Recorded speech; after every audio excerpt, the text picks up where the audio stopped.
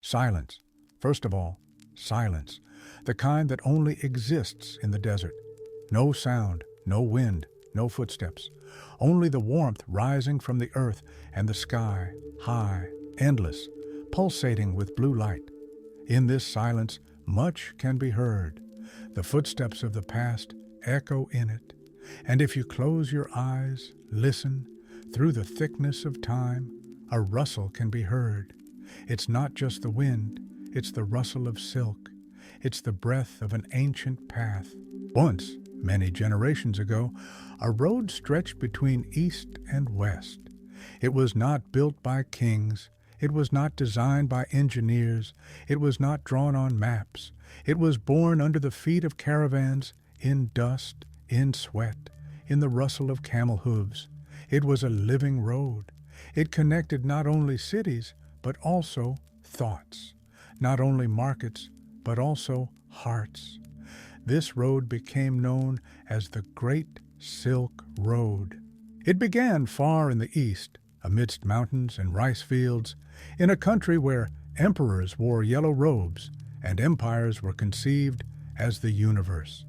From there came merchants, poets, pilgrims, carrying silk, tea, jade, and knowledge. They made their way through deserts, passes, cities, and oases. They carried not only goods, but also music, religion, and legends. In return, they were brought glass, Lebanese cedar, books, armor, and gold. But most importantly, they brought a gaze directed from afar. This path was not a straight line. It branched, got lost, and reappeared. It ran along rivers, past monasteries and mausoleums, through bazaars and ruins. At its turns, cities that no longer exist. In its dust, footsteps that no one can distinguish anymore. But the road is alive, because memories carry it. It lives in manuscripts, in marked jugs, in songs sung in different languages, but about the same thing. The Silk Road is not just geography, it is a way of thinking. It is the idea that connection between people is possible, even if mountains, cultures, and beliefs separate them. That one can exchange, not fight. That one can learn, not enslave. It existed as the breath of the world, and as long as people walked on it, the world breathed. Imagine dawn over the sands. The caravan prepares to depart. People unhurriedly pack their bundles, harness their gear, check their water skins. Camels grunt and kneel. Light rises above the horizon, first gray, then golden. This is the first step into infinity. And this step was taken again and again for centuries. Every grain of dust raised by hooves absorbed the imprint of an era. The path was not serene. It knew wars, landslides, robberies, droughts. It knew deaths and the disappearance of cities.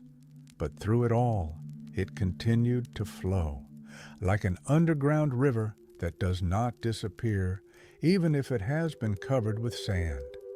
You just need to know where to look.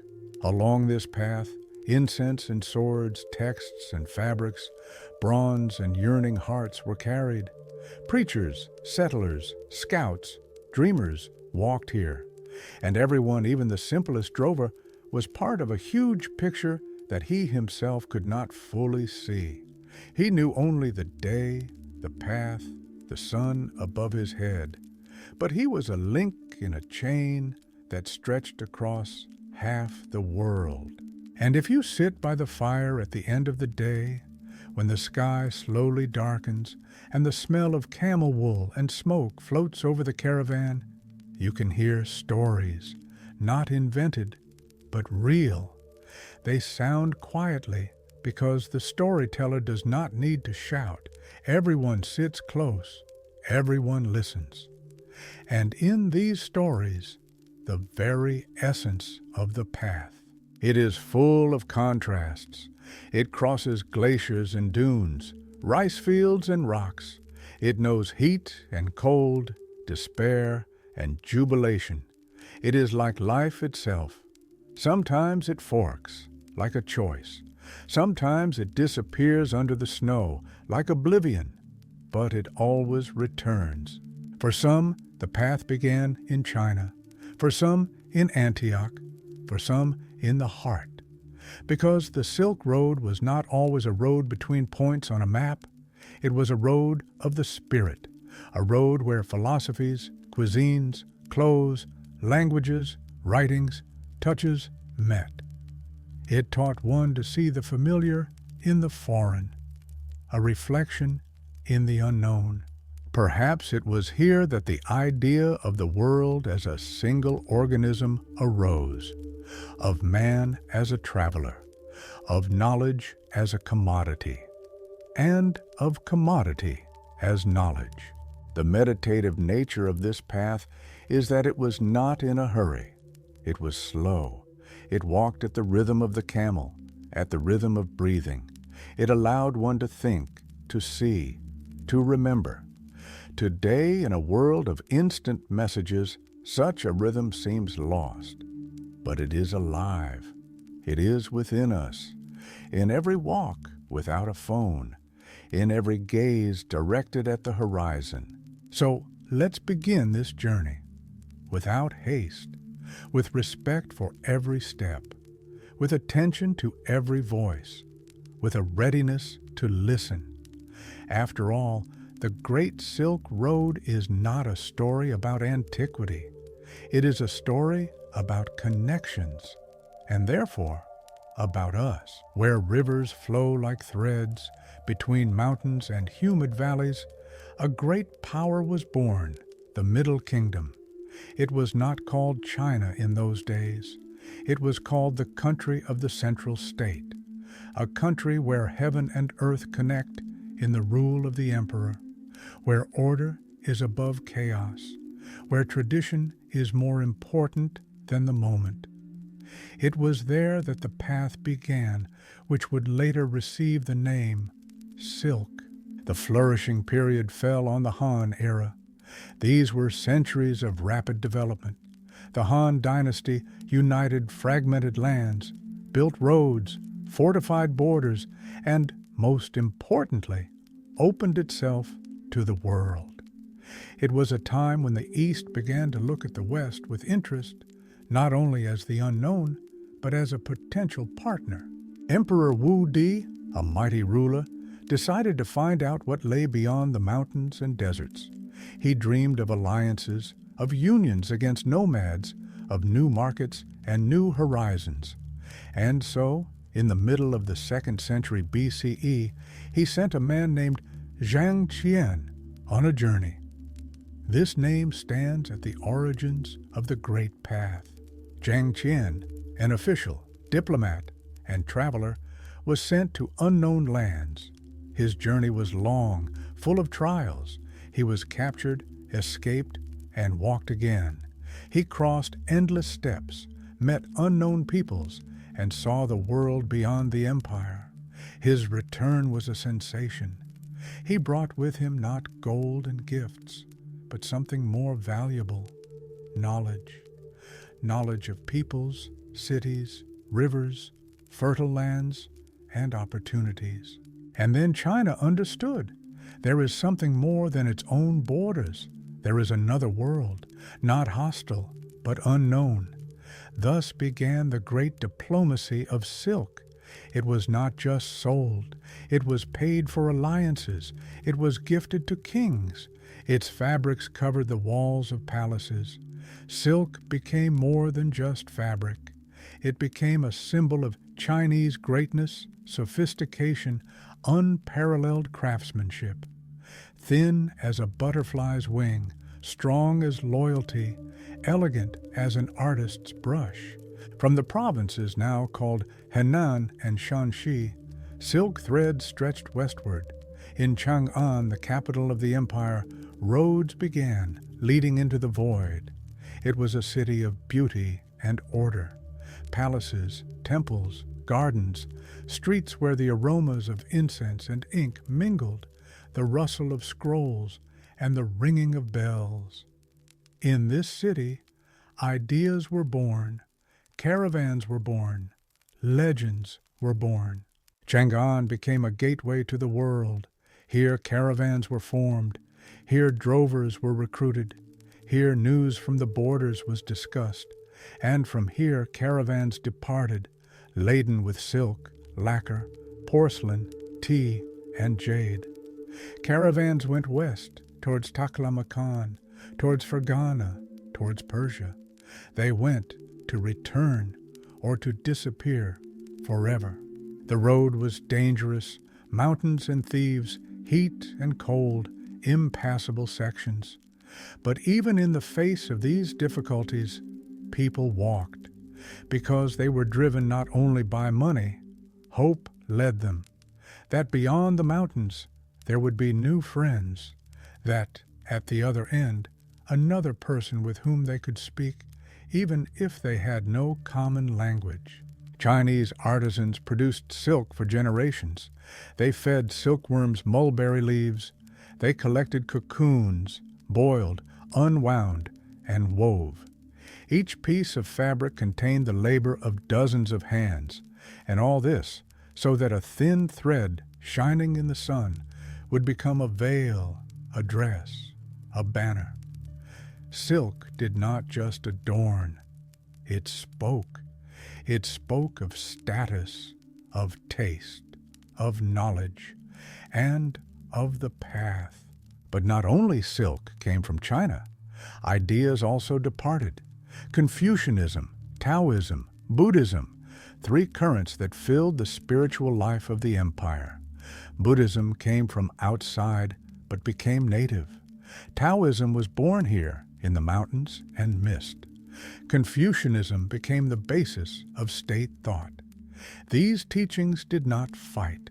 They intertwined like threads. In the very architecture of that time, the spirit of the path is felt. Temples where the walls do not enclose space, but release it. Gardens where nature does not submit to man, but converses with him.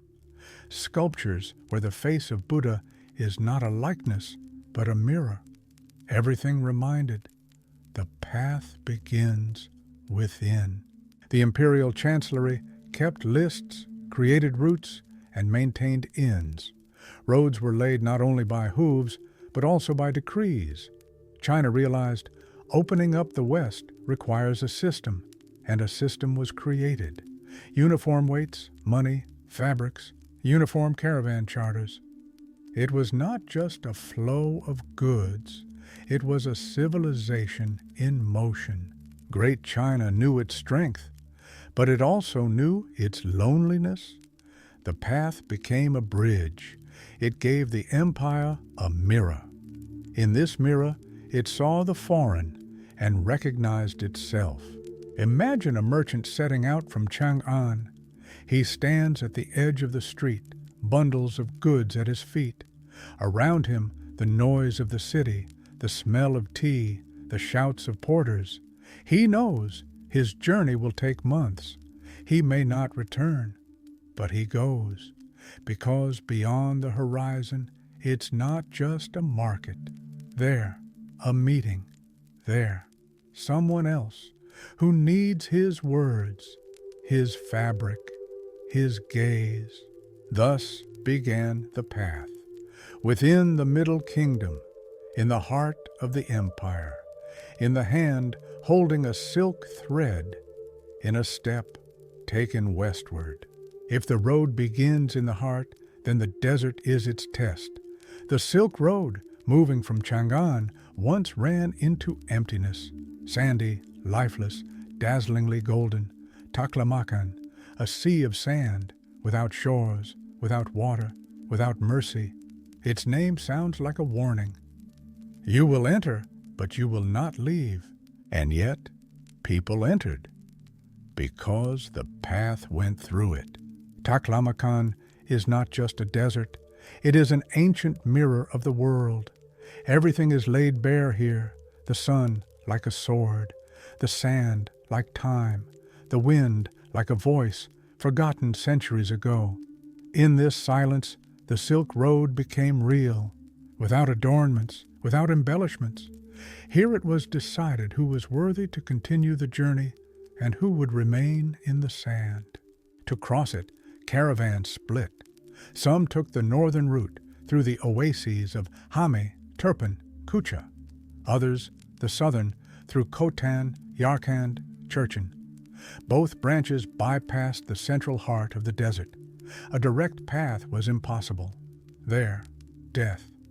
But even on these bypass roads, caravans got lost. People disappeared. The sand took them without a trace. And yet, there were cities in this land, oases, drops of life in an ocean of sand. There were many of them, and most of them have now disappeared. Only names remain: Kashgar, Khotan, Lulan.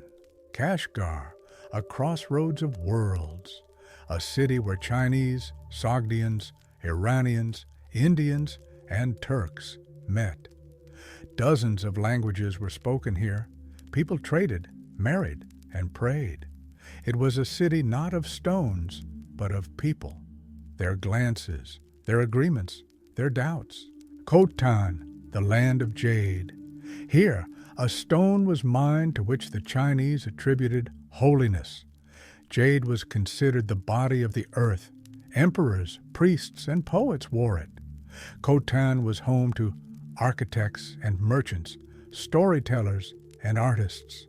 Their houses were made of clay, their streets of dust.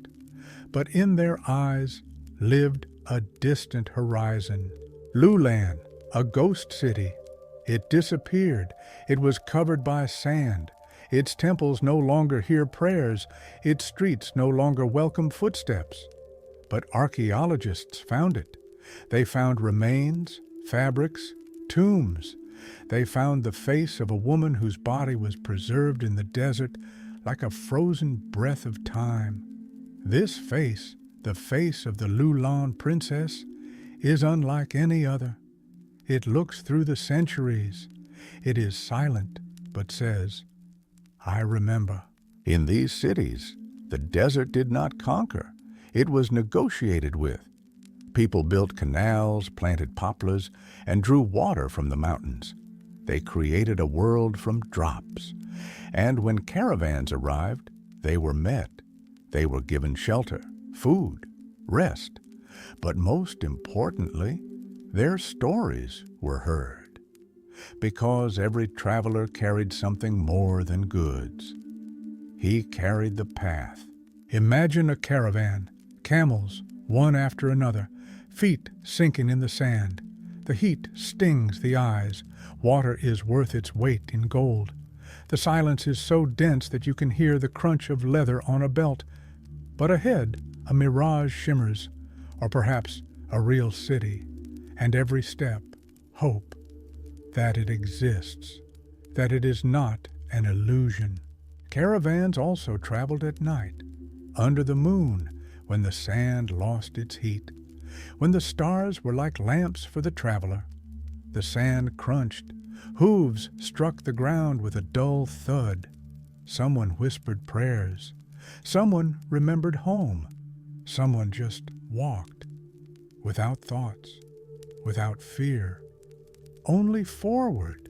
At the campsites by the fire, fairy tales were told about desert spirits, about giants of sand, about treasures hidden under the dunes. People believed that the desert was alive, that it heard, that it spoke, sometimes in a whisper, sometimes in a storm. In these stories, a connection was born, because no single culture crossed the desert in the same way. Chinese, Sogdians, Indians, Persians, Arabs, Romans, all looked at it with their own eyes. But the fear was common, as was the respect. You cannot build a house on sand, but you can leave a trace, and caravans did. Sometimes their traces were found centuries later. Wheel ruts, bone needles, shadows of buildings. All this an echo. All this, parts of a map on which the desert is not hostile, but honest. Taklamakan is an examination. If you passed it, you truly became part of the path. If not, you became part of the sand. But the path did not stop.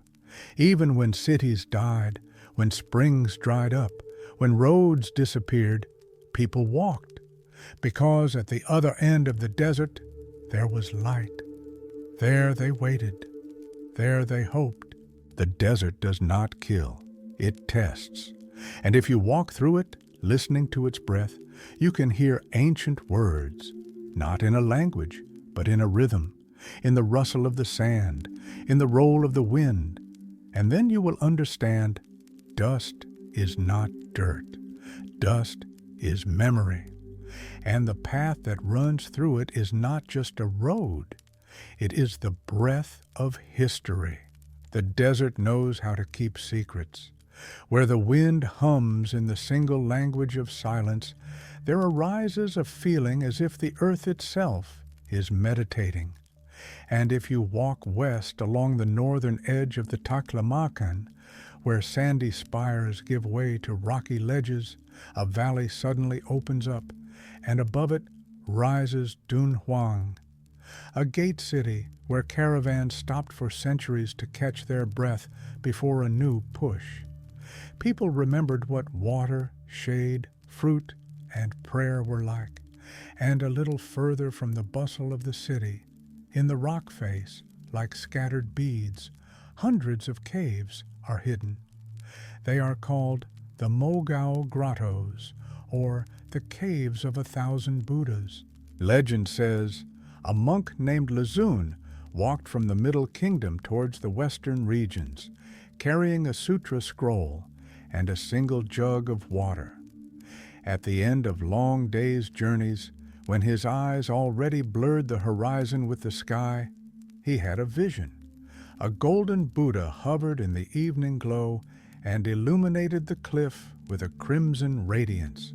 So the monk stopped and began to carve a niche in the soft sandstone to place his revelation there. The first cave was tiny, only a few cubits, but frescoes already lived on its walls. Lotuses, clouds, guardian lions. A spark ignited, and after the monk came artisans, merchants, officials, generals, pilgrims. Everyone wanted to leave light. Over the centuries, the grottos multiplied. There were more and more of them, the 5th dozen, the 7th, and by the end of the Tang dynasty, hundreds. Inside them lived a silence colored with mineral paints, terracotta, azure, malachite. On some walls, Buddha sat in absolute peace. On others, he preached, treading the earth with an expression of gentle strength.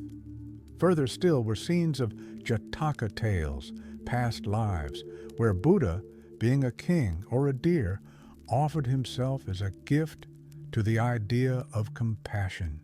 Frescoes were painted in layers, like memory. One artist left, another came, without erasing the previous stroke. Thus the walls became a chronicle where centuries were inscribed. The Mogao Grottos are neither a museum nor a temple in the usual sense. They are more like pages of meditation, spread out in the open air. When a caravan approached Dunhuang, travelers often went not immediately to the bazaar, but to the caves. They would shed their sandals, enter under the low arch, and the silence seemed to press a hand to their forehead. The camel hum of the road faded, the market noise receded, leaving only the dull thump of the heart and the whisper of a mantra, floating from an unknown source. Here the merchant forgot the price of pepper, the soldier the clang of armor, the monk the long road. All became listeners. The frescoes did not just adorn the walls. They were a map. On one, a bridge spanning the river of Samsara. On another, the wheel of rebirth, where each sector revealed suffering and hope. On a third, pilgrims walking over a mountain pass, very similar to the one the caravan had crossed the day before. The traveler would read the story and suddenly understand. This was his own path, only told in colors.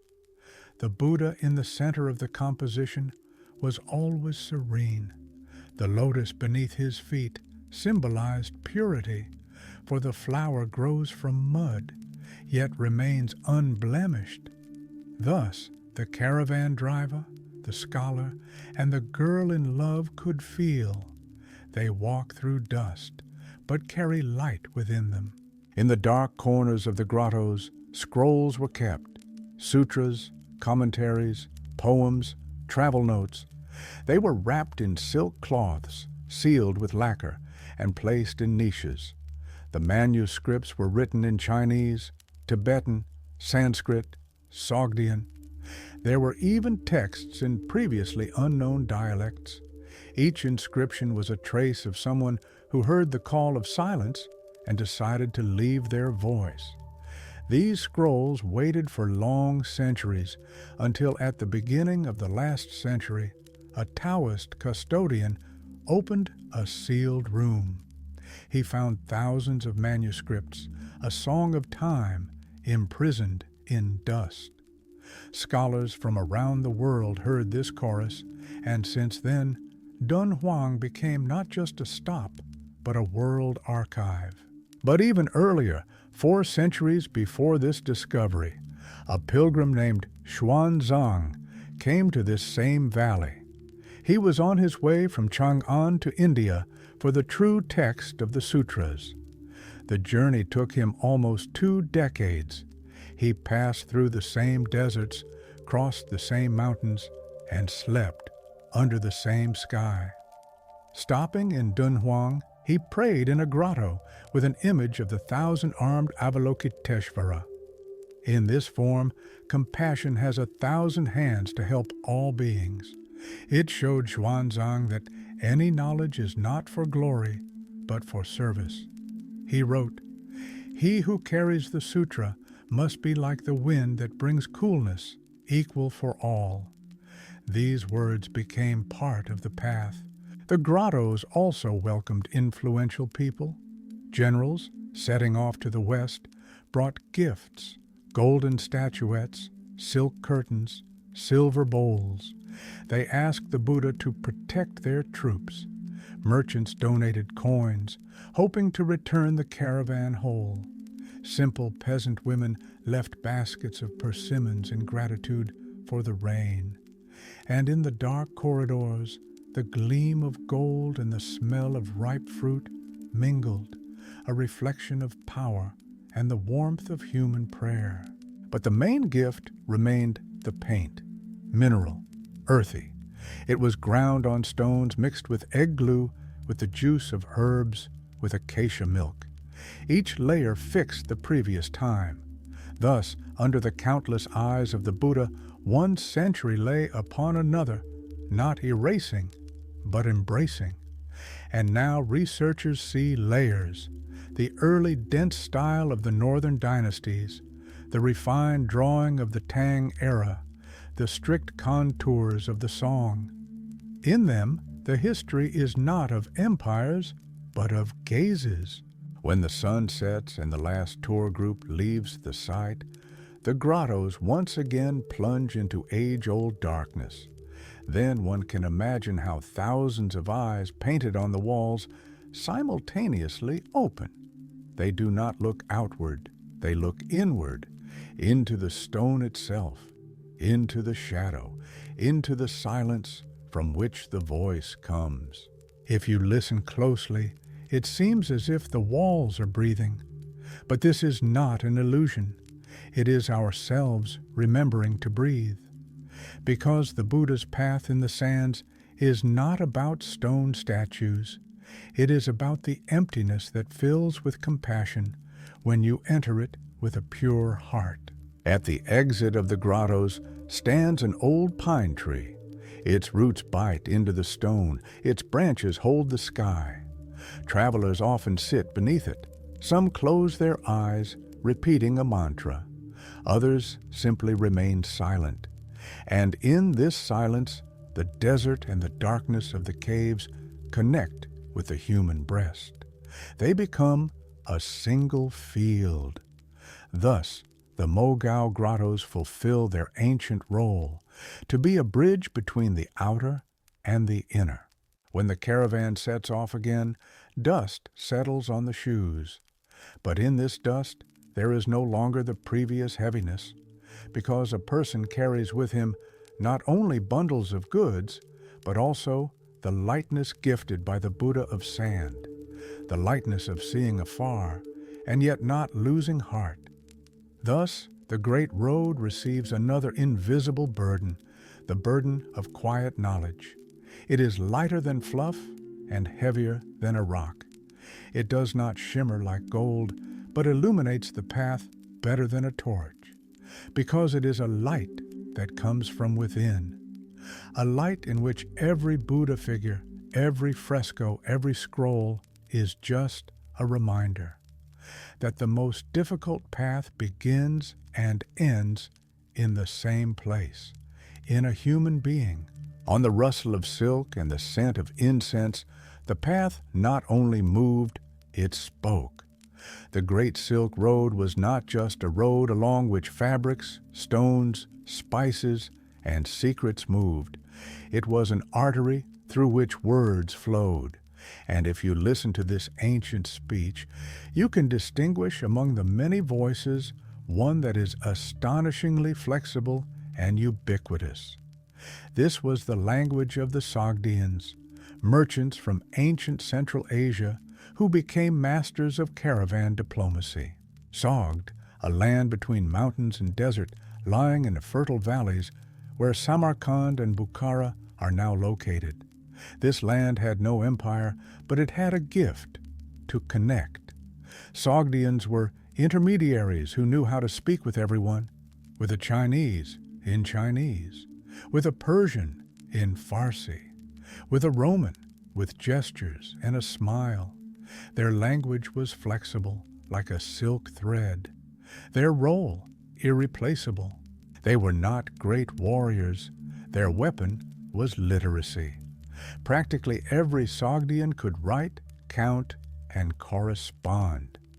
They sent letters to each other across the deserts, leaving them in caravanserais, where travelers picked them up and carried them further.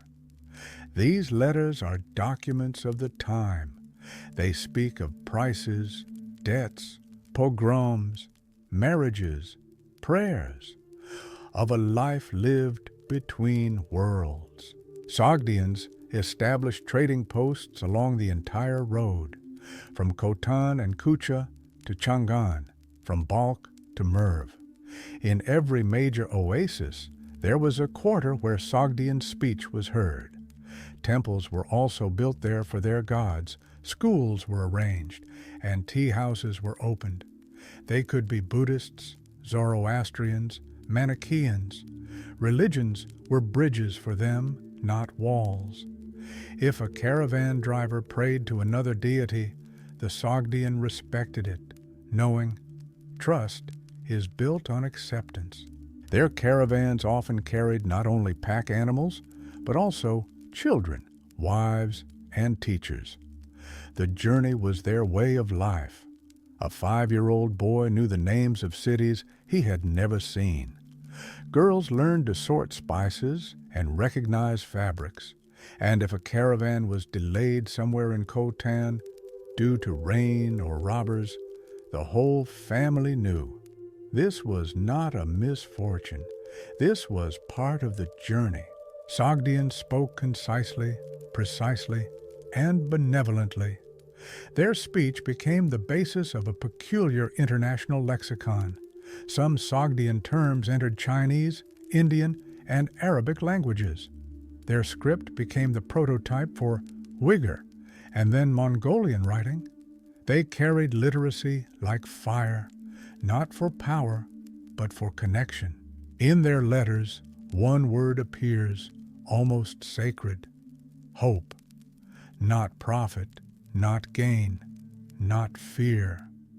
Hope that beyond the past there will be another, ready for conversation. This word united the path. Sogdian inns, caravanseras, were not just resting places.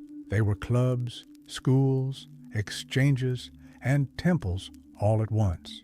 In them, news was told, the price of saffron was debated, philosophy was discussed. They drank wine and wrote letters home. Sometimes these letters did not arrive.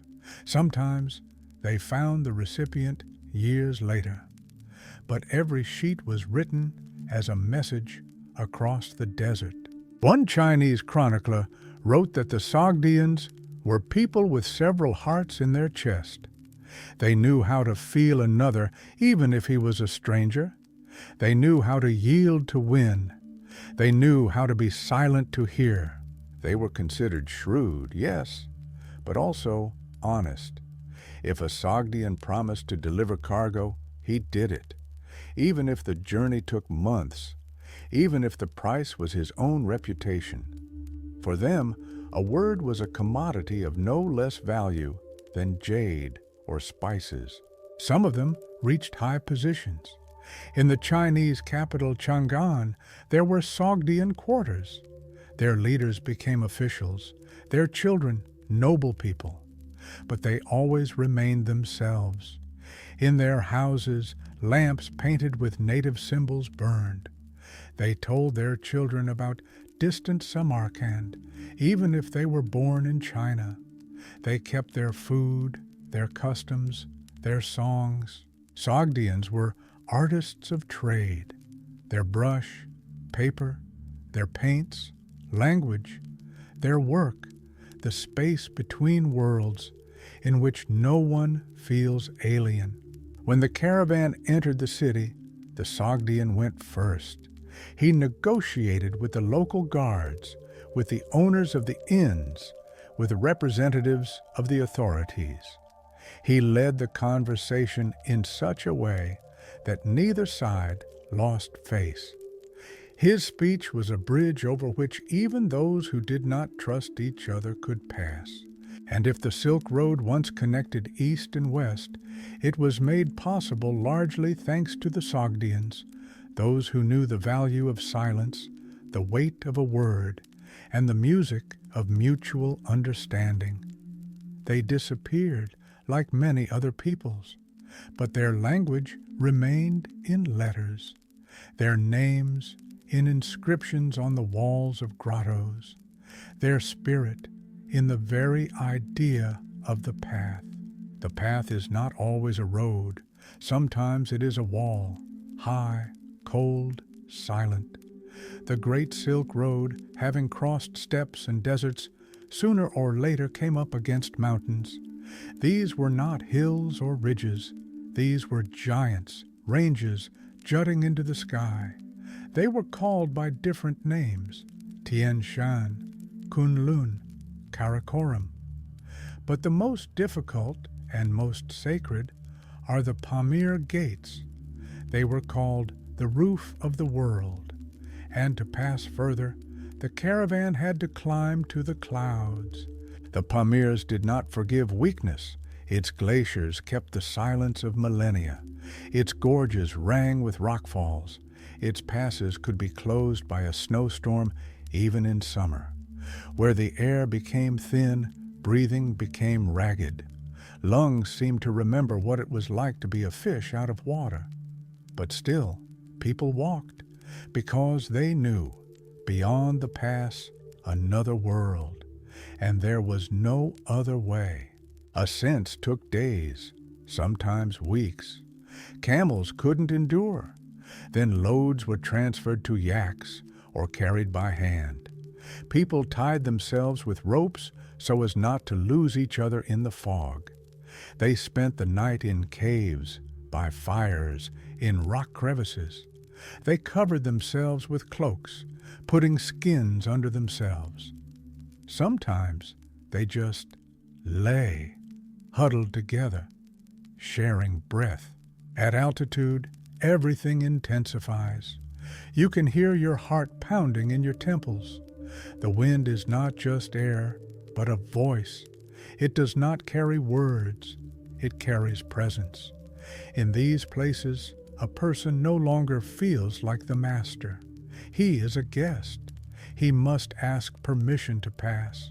At such heights, it is easy to believe in spirits. The mountains are full of tales. It was believed that guardians lived in their peaks. Sometimes they help, sometimes they test. Someone told how they saw a silhouette in the fog pointing the way.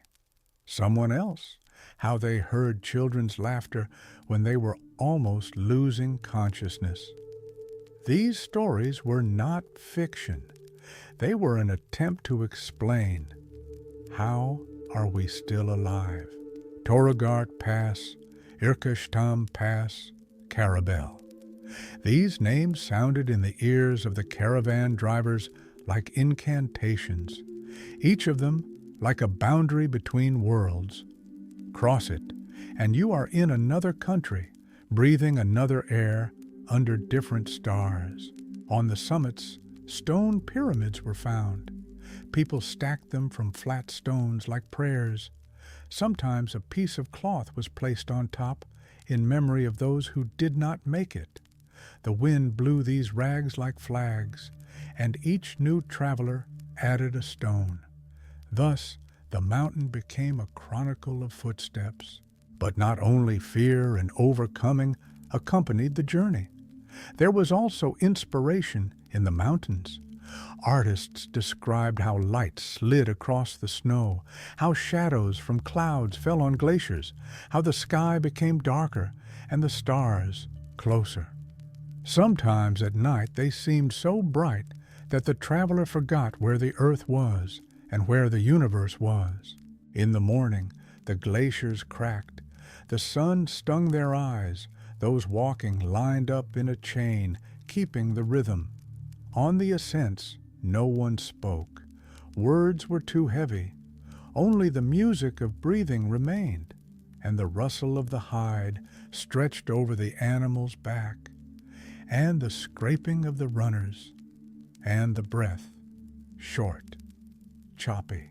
When the caravan reached the pass, people sat down and were silent for a long time. Some drank water from a flask. Others just looked down at where they had come from. In those minutes, there was everything: fear, victory, exhaustion, gratitude. And then the descent, no easier, sometimes even more dangerous. Steep slopes, loose paths, precipices, but below, greenery, air, softness, and again, cities, people, bazaars. But he who had crossed the pass was already different. In the mountains, monasteries were sometimes found, cave monasteries made of stone. Hermits lived in them. Some were Tibetans, others Indians. They did not leave their cells for years. Their faces were like rocks, their words like a scattering of stones. Pilgrims would enter, receive blessings, and listen to parables. Once a merchant asked an old monk, "Why do you live here where even birds do not fly?" The monk replied, "Because here I hear the universe breathe." And the merchant carried these words with him, along with fabrics, ivory, and precious stones, because that too was a commodity, only for the heart. They perished in the passes, not from enemies, but from nature. Snow avalanches, rockfalls, altitude sickness. A caravan could lose half its pack animals, 3 people, and a week's journey. But still it continued, because beyond the ridge a new land began, with new opportunities and with new hope. Where the air is thin, it is easier to breathe truth. The great Silk Road passed through these heights not by chance. It did not seek an easy path.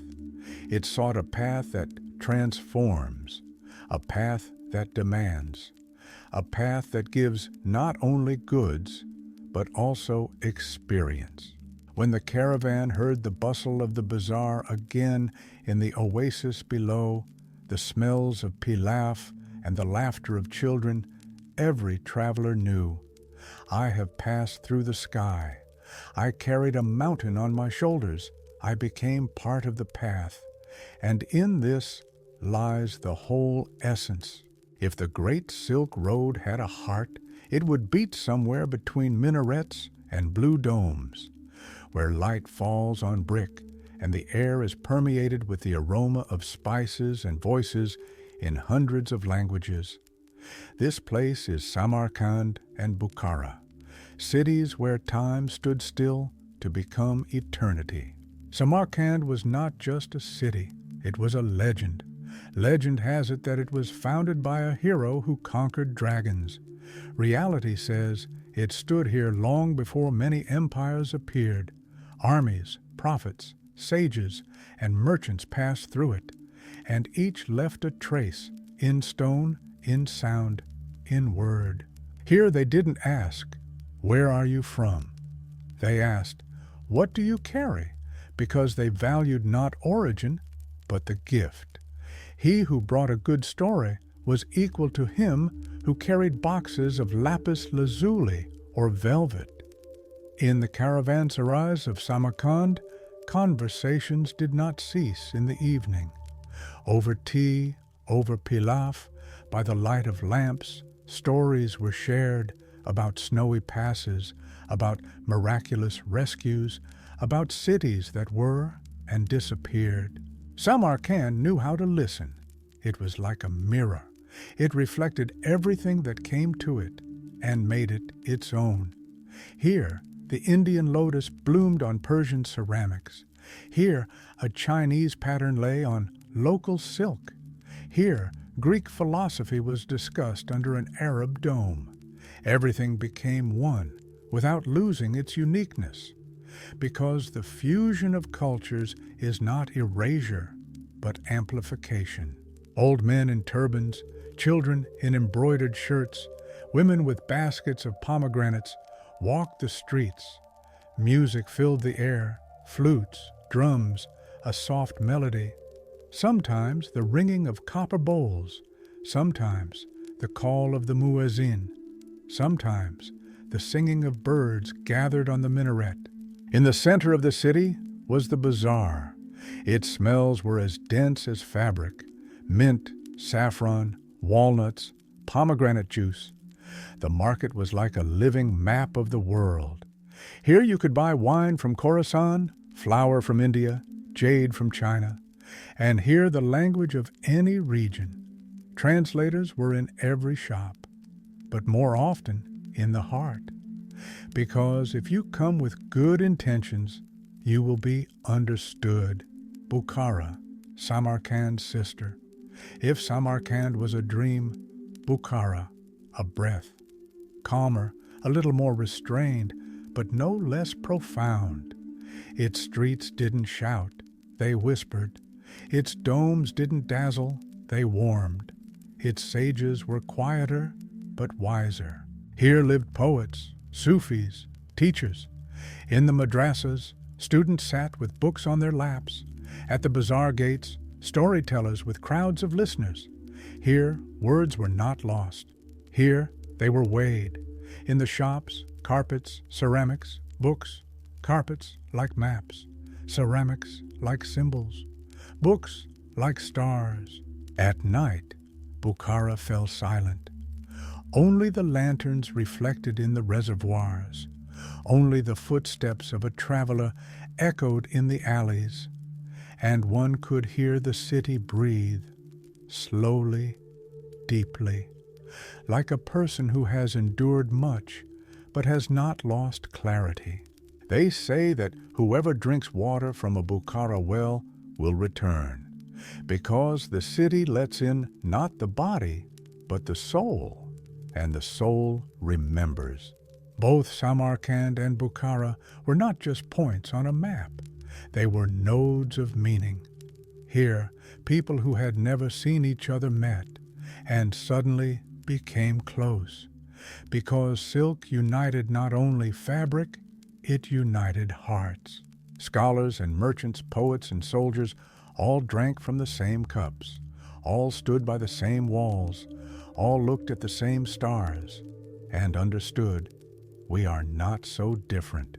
We have one path through time, through sand, through ourselves.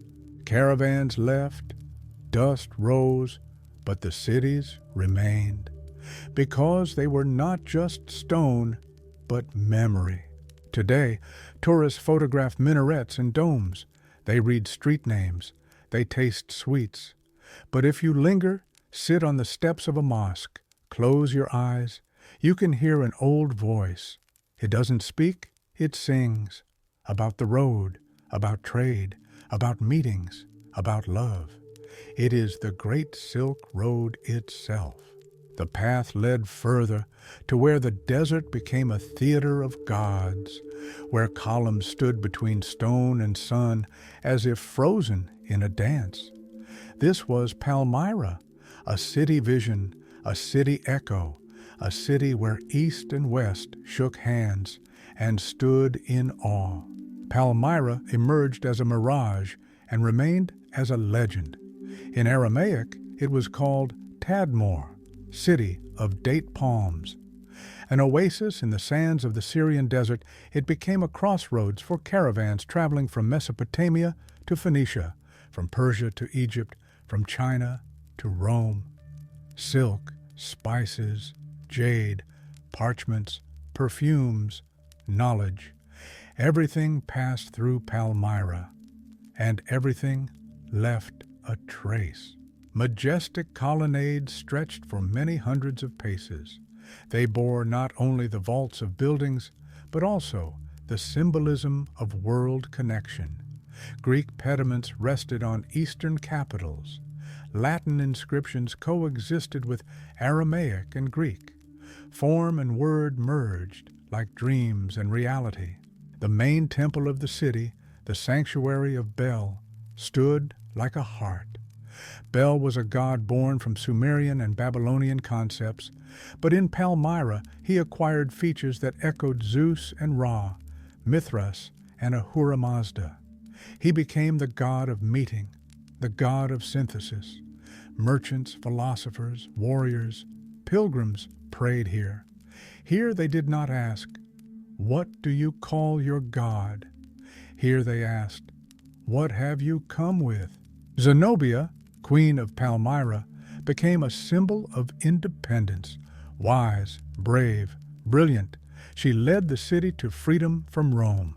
Her campaigns, her letters, her library all spoke of Palmyra being not just a trading post. It was a center capable of thinking, acting, dreaming. And although Rome eventually conquered her, Zenobia's spirit did not disappear. It became the wind among the columns. The streets of Palmyra were bathed in light. White stone reflected the sun, and the city shone like a star that had fallen into the desert. Covered arcades provided shade from the heat. In the bazaars, dozens of languages were spoken. Amphorae, fabrics, amulets, writings, even recipes for oils and ointments brought from distant India were sold there. In the evenings, the city grew quiet. But it was not silence, but listening. Listening to the sand, the sky, the breath of the columns. A traveler could lie at the foot of the temple and watch the stars fall onto the entablatures. He felt that he was not just in a city, but in a story that began before him and would sound after him. Water in the city flowed through underground canals. It was distributed with precision, like a precious gem. Date palms rustled over gardens. Their shadows fell on mosaics depicting lions, fish, grapes, and mythical creatures, everything that linked earth and imagination. Caravans entered Palmyra through a monumental triumphal arch. This architectural gesture declared, "You have not merely entered a city, you have entered a space of connection." Here one could meet ambassadors, priests, philosophers, and lovers. Here dreams were dreamt, and dreams were not ridiculed. They were given a place. The temple of Baal Shamin, god of the sky, was light, almost airy. Its columns resembled strings. Their shadows played on the slabs. Sometimes it seemed that the air itself hummed, and travelers standing under these arches said they became closer to the sky. The city's architects wove numbers and proportions so that the stone sang.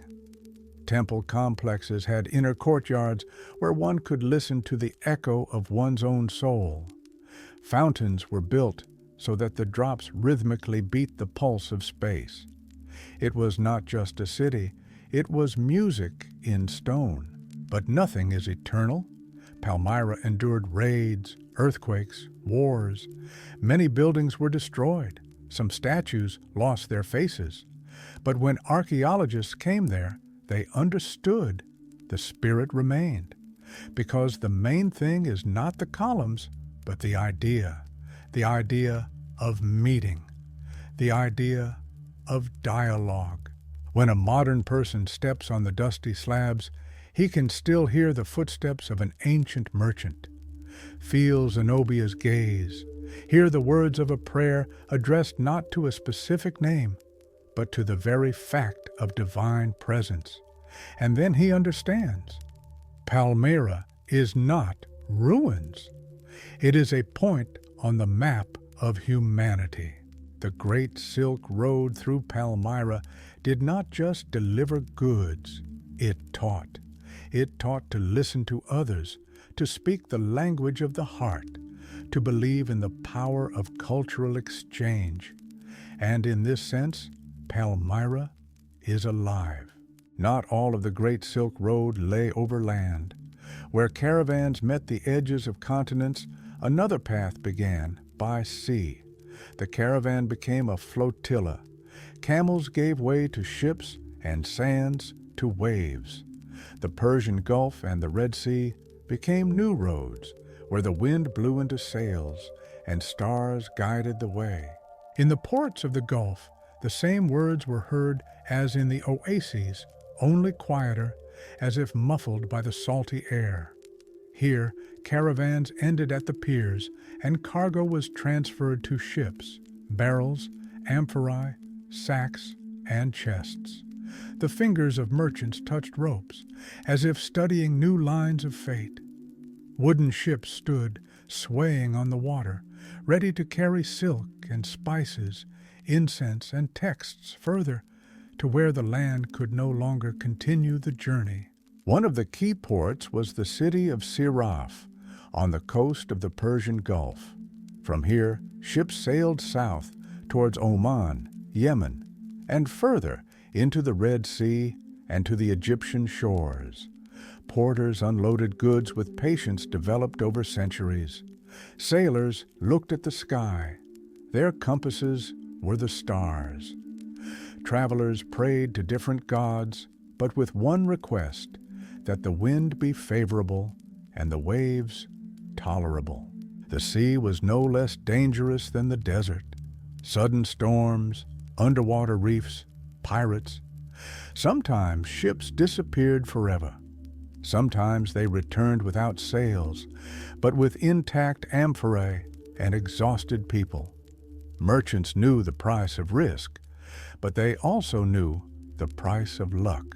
Life on ships was different. Space was limited, but the sky was vast. They ate rice, dried fish, water from barrels, sometimes fruits bought in coastal villages. At night, the ship creaked like an old man telling a fairy tale, and the sea answered with splashes and roars. Those who didn't sleep looked at the stars. Those who slept saw them in their dreams. The Red Sea was narrow, like a corridor between worlds. Its waters reflected the sky like a mirror. Ships sailed along the Arabian coast, stopping at ports: Aden, Mukalla, Jeddah. Here, goods were exchanged for water, food, ropes, and blessings. Sometimes Sufis were encountered, reciting poetry right on the shore. Sometimes sages, trading not in things, but in words. The mouths of rivers flowing into the sea were overgrown with mangrove trees. Birds cried in the hot air. In coastal villages, children looked at the ships as if at a miracle. For them, these were exotic beasts, bringing unknown smells and bright fabrics. The voyage lasted weeks, sometimes months. Sailors prayed to the stars, cursed the calm, sang rowing songs. Merchants wrote in notebooks how many sacks, what was bought where, to whom to give what. Some wrote diaries. Their lines survived. 5th day, sea calm. 6th, seagulls point to shore. 7th, wind died down. Sails hang like a dream. Sometimes laughter was heard on the ship. Sometimes crying. Sometimes silence. It was special. Silence among water is not the absence of sound. It is the presence of space, when there is nowhere to go but within oneself. Port cities greeted the sea caravan with noise. The ship docked. The captain embraced an old acquaintance standing on the shore. Merchants arranged for warehouses. Workers unloaded goods. Everything was well oiled. Everything in rhythm. Somewhere in the harbor, the ringing of copper bowls was heard. Somewhere, a merchant's cry. Somewhere, a woman's song. The maritime part of the Silk Road was like a breath between phrases. Unexpected, but necessary. Without it, the path would not be complete. Here, silk absorbed salt, parchments, moisture, and people new perspectives. Through the Red Sea, ships sailed to the Sinai Peninsula and further to Egyptian Alexandria. There, another chapter began. But the memory of nights at sea, of the wind, of seagulls flying astern, remained, and every traveler, stepping ashore, would fall silent for a moment, because he knew he had not just crossed the sea, he had crossed a part of himself. The sea parted, and in its foamy expanse a silhouette rose, towers, domes, columns, a city sparkling in the light of dawn. This was Alexandria, the gates of Egypt, the gates of antiquity, the gates of knowledge. Ships arriving from the east entered its harbor as if into a temple. They were met not by a person, but by light. This was Pharos, the great lighthouse, standing on the island of the same name, one of the wonders of the world. Its fire burned at the top of a tower more than 100 meters high. By day, it reflected sunlight. By night, a flame fueled by resin and oil. It was seen for tens of miles, and every sailor felt he was almost home. Alexandria's harbor buzzed like a bazaar. Here, ships were unloaded, and new ones were loaded immediately. Cranes operated, heralds called out, boys ran, distributing water. Eastern merchants entered a city where not only trading partners, but also surprise awaited them. Alexandria was not just a port, it was a symbol. Alexander the Great founded it, but the city's spirit became a blend of Greek reason, Egyptian wisdom, and Eastern subtlety. Myths and sciences, languages and accents, stars and manuscripts merged here. In the center of the city stood the great library, a place where hundreds of thousands of scrolls were stored. There were texts from Babylon, China, India, and Greece. If a ship entered the harbor, officials would check. Do the merchants have new books? If they found any, they made copies. The original was kept, the copy returned.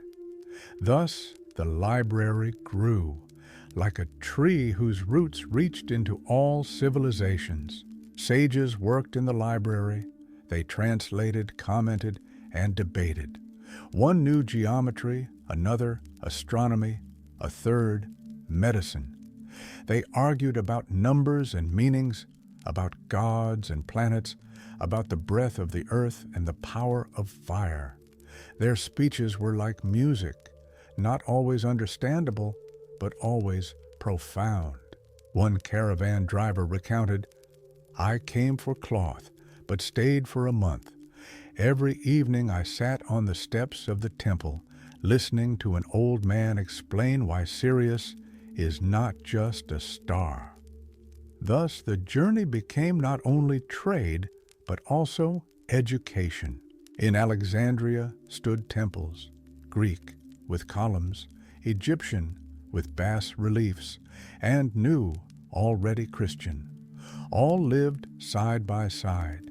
The city did not divide, it united. This was its strength. In the markets, Latin, Coptic, Greek, Syriac, Persian, and Indian were spoken. Merchants smiled, argued, and made deals. They sold myrrh, paper, fabrics, stones, herbs, and gold. But the most important thing sold was trust. Without it, no deal worked. Pharaoh stood as a silent guardian. Its foundation was strong, but most importantly, the flame. It burned for years, decades. It not only illuminated the path, it was a symbol of connection between worlds, between East and West, between people who have different gods, but one road. Letters sent from here reached Rome, Antioch, Carthage. They were written on parchment in neat handwriting. They carried news. "We have arrived, silk delivered, new order concluded, awaiting return with sandalwood and mastic." But between the lines, another message resonated. "I have seen a city where the thoughts of the world are kept." In the streets of Alexandria, scribes worked. For a few coins, they composed letters for the illiterate. One old man dictated a letter to his son, "You now live in Syria, but do not forget, Alexandria is your home." Another asked to tell his wife, "I will return soon. I bought you blue silk as you like." And the scribe nodded, knowing, this too is a story. This too is a silk road from heart to heart. In street taverns, they drank grape beverages, ate flatbreads, and told tales. One told how he saved a caravan from a sandstorm. Another, how he saw a light in a temple that wasn't on the map. Everyone laughed, but everyone believed the path is not just what you carry, but what carries you. Among the columns and streets, children roamed. They played at ships and caravans, at sages and priests. They had one world, big, diverse, amazing. And in this world, Alexandria was like a knot on a thread, connecting everything. And at night, when the wind died down and the waves gently embraced the shore, the fire on the Pharaoh's tower continued to burn. Its light fell on the water, and every traveler who looked at it knew there is a place where road and knowledge, trade and wisdom are one. The path stretched like a thread drawn between eras. From the mountains of Asia, through deserts and seas, caravans reached their limit. There, where forums buzzed and marble arches rose, where people spoke Latin, dressed in togas, debated in the Senate, and drank wine under the rustle of laurel branches. This was Rome. For an Eastern traveler, Rome was like a mirage, but in reverse, not in the desert, but in stone. It beckoned not with water, but with coins, not with palms, but with columns. It was a city where the road concluded, turning into wealth, and where silk first graced the shoulders of emperors. Silk, light, flowing, almost weightless. In Rome it became an object of desire, envy, luxury. Romans did not understand where it came from. They called those who brought it ceres. At first, they thought the fabric grew on trees, then that it was woven from spider webs. The truth, however, was distant and almost unattainable. Silkworms, mulberry leaves, craftsmen from the Middle Kingdom, unknown to the emperor. Senators were indignant. They said, "Silk corrupts women, makes men soft, threatens our virtue." But their wives were already wearing translucent tunics, shimmering like the waves of the Tiber. And merchants counted their profits. For an ounce of silk, they received its weight in gold. Rome was not just an end point. It was a mirror. Everything that came from the East, spices, incense, jade, knowledge, took on new forms here. Roman garments were sewn from Chinese silk. Persian carpets became curtains in villas. New myths were born from Eastern legends. On the streets of Rome, people met who had traveled from India to Egypt, from Syria to Carthage. They said, "I carried spices through Palmyra," or "My grandfather built ships in Oman." Their stories were alive, their traces real. Romans envied, but also admired. The East seemed to them not only exotic, but also a source. They looked at mirrors from China, drank tea that brought peace, smelled musk without knowing its origin, but believing it was the breath of gods. In the houses of the nobility, Oriental statuettes appeared. In libraries, translations of Oriental parables. In baths, they discussed not only politics, but also mysterious medicines from India. Oriental religions emerged, the worship of Mithras, the cults of Ishtar and Isis. All of them followed the footsteps of the Silk Road, hidden in souls, not in sand. The journey ended at the foot of the capital. The merchant, who had crossed mountains and seas, could finally breathe out. Here he was paid in gold. But he felt the value was not in the coins, but in what he had seen, in faces, in words, in the voices of the wind, in narrow gorges. He was rich, not only with goods, but with memory. The forums of Rome remembered the footsteps of these people. The temples heard their prayers. The fountains reflected their faces. They disappeared into the crowd, dissolved into eternity, but left a trace, not in marble, but in fabrics, not in bronze, but in words. And the path ended here, began again in someone's thoughts, in new caravans, in the scent of sandalwood on parchment. The great Silk Road reached Rome and did not disappear. It transformed into a desire, into a longing to know what lies beyond the horizon, into the realization that the world is not a closed fortress, but a living network of paths, encounters, and mutual penetration. And when the sun rose over the forum for a moment, a light, golden sheen could be discerned in its rays, as if a silk thread was gliding through the air, from China, through hearts, through centuries, straight to Rome. The path was never just a one-way street. Caravans returned, merchants turned back, and along with fabrics and goods went other invisible threads, thoughts, stories, images.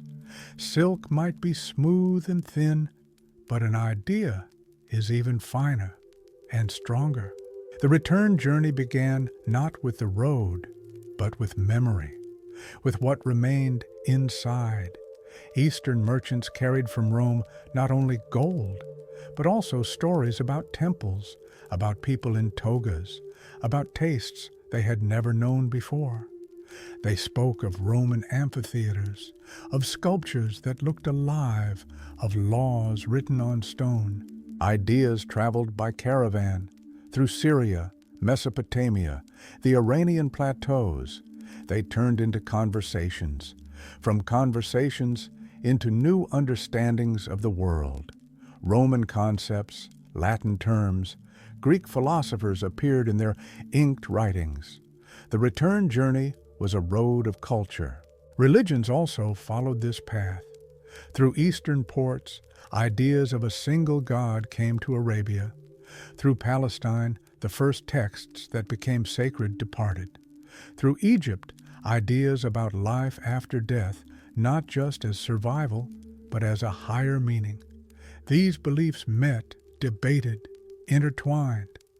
Caravans brought both incense and scriptures. Technologies went back. From Rome to Asia came ideas about aqueducts, concrete, and fortifications. In Syria, they began to build domes inspired by the West. In Persia, Roman engineering methods were applied. But conversely, Eastern knowledge of medicine, herbs, and geometry inspired Western doctors and architects. Music and dances were carried with caravans, like the wind. Somewhere in a Bukhara courtyard, an instrument resembling a Roman cithara began to play. Somewhere in Damascus, a dance took on a form seen in an Italian villa. Art was a restless wanderer, for whom borders meant nothing. The caravan moved on, and in its sacks were not only fabrics and spices, but also fragments of songs, bits of proverbs, recipes, and even jokes. Thus, the soul of the era was transmitted, and it was alive. Some ideas were not immediately understood, some were lost, some were transformed, but the most resilient became part of everyday life. Thus, the Roman concept of law penetrated Eastern codes. Thus, Eastern symbols adorned Western frescoes. Thus, in Italy, words appeared whose roots came from Persia or India. The return journey was no less dangerous. The sands showed no mercy to the weary. Robbers waited by the paths, diseases at the mouths of rivers. But those who returned knew they carried more than goods. They carried a spark. Children born along the Silk Road often had mixed origins. Their skin, like the sun, their eyes, like the wind, their speech, like a melody of two modes. They were not from somewhere. They were from everywhere. Ideas made the world wider. Through them, new roads were built, not on earth, but in minds. What seemed alien became understandable. What was frightening evoked respect. The return journey led not to the old, but to the new. It was not a return, it was a continuation. Silk went back to China, but not the same as before. It carried the smell of the sea, the dust of the forums, the breath of the lighthouse of Alexandria. It was imbued with history. Ideas, they don't lie on scales. They cannot be measured, but they are the main burden. Those who carried them did so almost imperceptibly. But it was thanks to them that the world became whole. Not all cities along the path remained alive. Some disappeared like dreams. They were not conquered by armies, not burned by fires, not destroyed by enemies. They simply vanished. Sand covered the streets, wind carried away sounds, and only time knew where their ruins lay. Thus, the Silk Road began to dissolve, not immediately, but irrevocably. Where Lulan was, there is now silence, This city, standing by Lake Lop Nur, once welcomed caravans offering peace, food, and information. People lived here, prayed, traded, wrote letters, but the waters receded and the sand came. Clay walls crumbled, roofs collapsed. Only fragments of papyri and hair tangled in burial fabrics remained of Lulan. Taklamakan, the desert between oases, swallowed dozens of such settlements. Along the caravan routes, people left without waiting for destruction. They felt the breath of emptiness. Caravans less and less often visited these lands. Trade routes changed, like riverbeds. Palmyra, the city of gods and colonnades, also turned into ruins. Its beauty became quiet. The marble weathered, the towers collapsed. But even in ruins, Palmyra did not lose its power. In the silence of its streets, archaeologists heard echoes of caravans. Some cities were swallowed by jungles, some by mountains. Some simply disappeared from maps. They were known only in legends. They were called the City of Mirrors, the city of one tower, the city where walls were made of stone and salt. But time does not kill, it remembers. The earth keeps. Sometimes a sandstorm reveals the outlines of a street. Sometimes rain washes away a piece of a wall. Sometimes an archaeologist picks up a clay tablet and sees names. Tirita, son of Orundes. Hani, a merchant from Samarkand. And names become voices. Letters found in caves tell of life, of orders, quarrels, love. Someone asks to give his wife a silk scarf. Someone to return a debt. Someone sends his son a blessing. All these people lived. They drank water from wells. They slept under the stars. They believed in tomorrow. Archaeologists are the new merchants. They carry back not goods, but memory. They excavate, record, interpret. Their caravans are made of brushes, lanterns, diaries. Their path is not through lands, but through layers. And every found fragment is like a tiny flash of the great path. Among the silence of the deserts are Buddhist grottos with frescoes. On them, images of caravans, heavens, demons, and saints. They have been preserved because sand covered the entrances, because no one disturbed them, because time is not an enemy, but a guardian. Some cities disappeared because the geography changed. Rivers dried up, winds became different, the climate shifted. The Great Silk Road was a living system. It depended on water, security, and economics. And when these threads broke, the path crumbled, like fabric that had lost its strength. But in people, it remained. In language, in patterns, in legends, in architecture, in words that came from afar. Even if no one walked those paths anymore, the memory continued to walk. The shadows of time do not frighten. They are gentle. They whisper, "You are not the first. You are following in footsteps." But footsteps are also a path. The map of the Silk Road now looks more like a starry sky. Some points are brighter, others dimmer. Some have gone out. But together they still point the way where dreams met. Sometimes it seems that a road is just a line on the ground, dust, stones, bends. But a road is not geography. It is an image. It is a state of mind. The world itself is a road, and man an eternal wanderer. No matter how many homes we build, there is always a yearning to go, beyond the horizon, beyond the hill, beyond the mist. The Great Silk Road was not just a trade route, it became a symbol of movement. a symbol of everything living striving to connect. A person with a bundle, a person on a camel, a person at the helm, it is the same person. He is searching, not just for goods. He is searching for meaning, truth, light.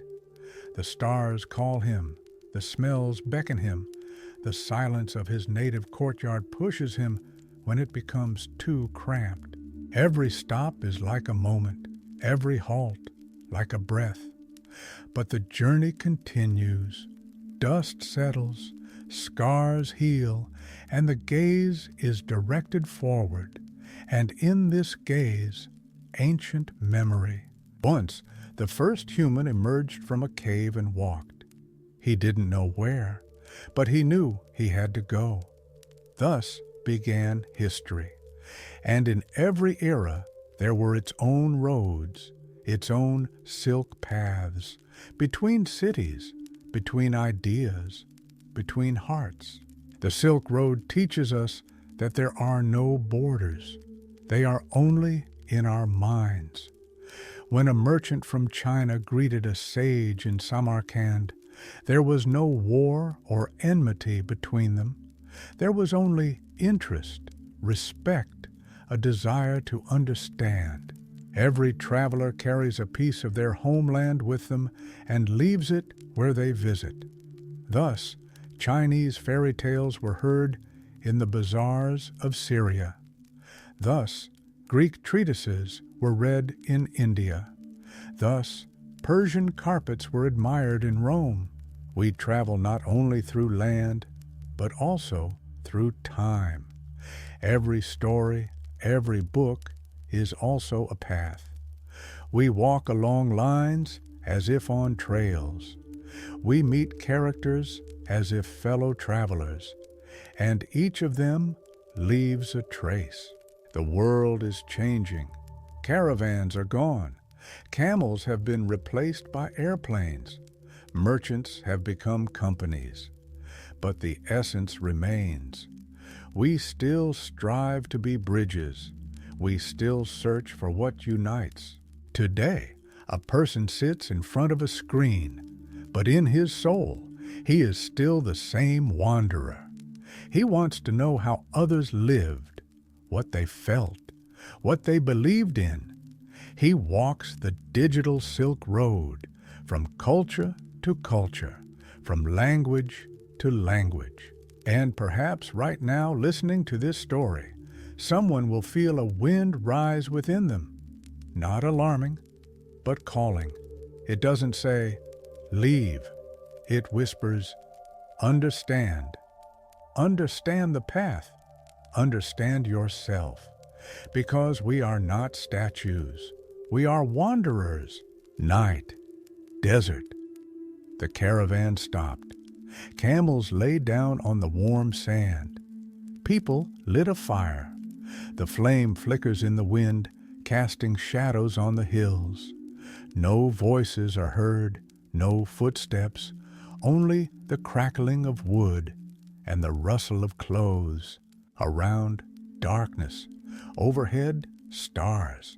So many of them, it seems as if the sky itself has become a road. They twinkle, shimmer, watch over the travelers like guardian spirits.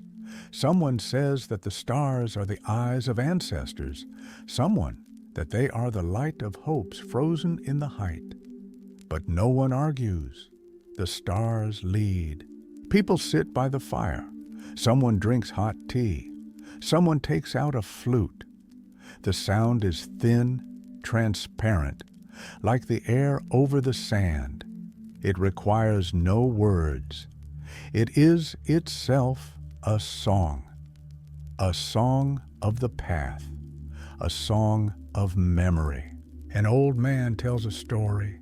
He speaks softly, but everyone listens. He tells of a young caravan driver who once got lost in the mountains, of how he was saved by a guide who said not a word, and how that young man later became a merchant and then a teacher. And every time he told this story, he did not name names, because it could have been the story of any of them. The flame reflects in their eyes, and each sees their own in it.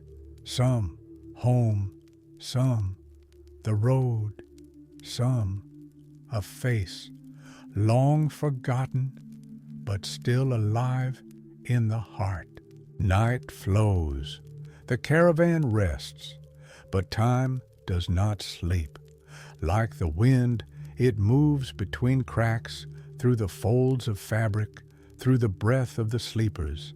It touches the watchman's forehead, the merchant's hand, the shoulder of a young girl embarking on her first journey.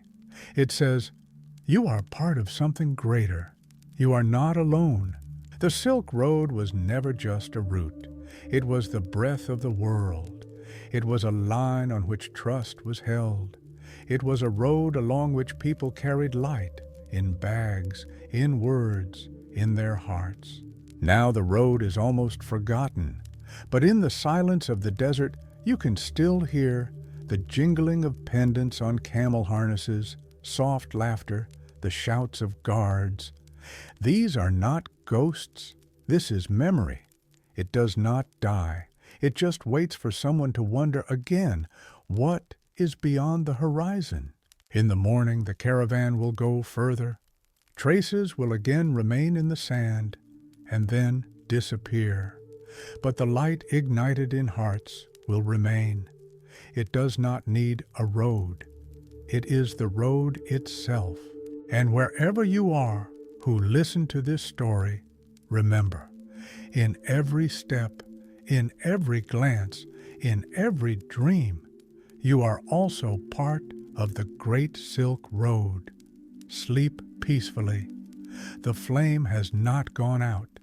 It has simply become a star.